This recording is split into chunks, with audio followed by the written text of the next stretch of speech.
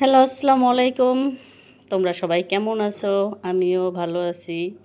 তা আজকে সকালের নাস্তা কি আজকে আমাদের সকালের নাস্তা এইখানে দেখো মুসুরির ডাল রান্না করছি টমেটো দিয়ে, বিলাতি সসপাতা, ধইনা পাতা, আর এইখানে হইলো ঝাল ঝাল করে আলু ভর্তা।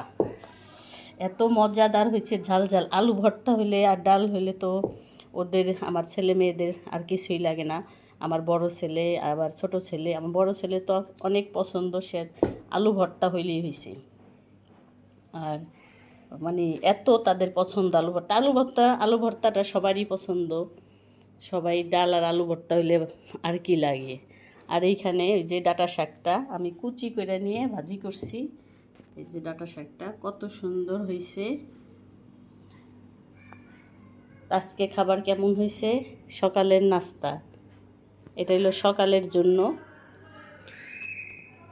ডাল ডাল ভাতে বাঙালি। হ্যাঁ, সকালকার খাবার হইলে তো আর কিছুই লাগে না, সকালের নাস্তা এই এনাফ।